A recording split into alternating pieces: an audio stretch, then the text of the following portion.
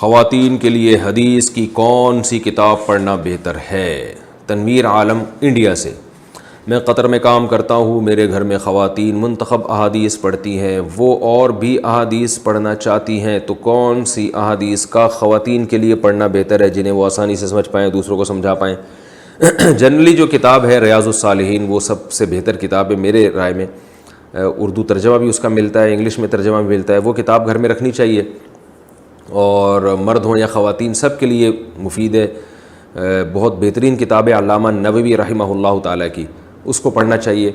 اس کے علاوہ ایک عرب عالم کی کتاب ہے المرأۃ الصالحہ، نیک عورت، عربی میں کتاب ہے، اس کا اردو ترجمہ بھی مل رہا ہے، تو وہ بہت موٹی کتاب ہے، وہ بھی اگر گھر میں پڑھ لیں، اس میں صرف خواتین سے متعلق انہوں نے احکام کو جمع کیا ہے جو احادیث میں ہیں، بہت بہترین کتاب ہے۔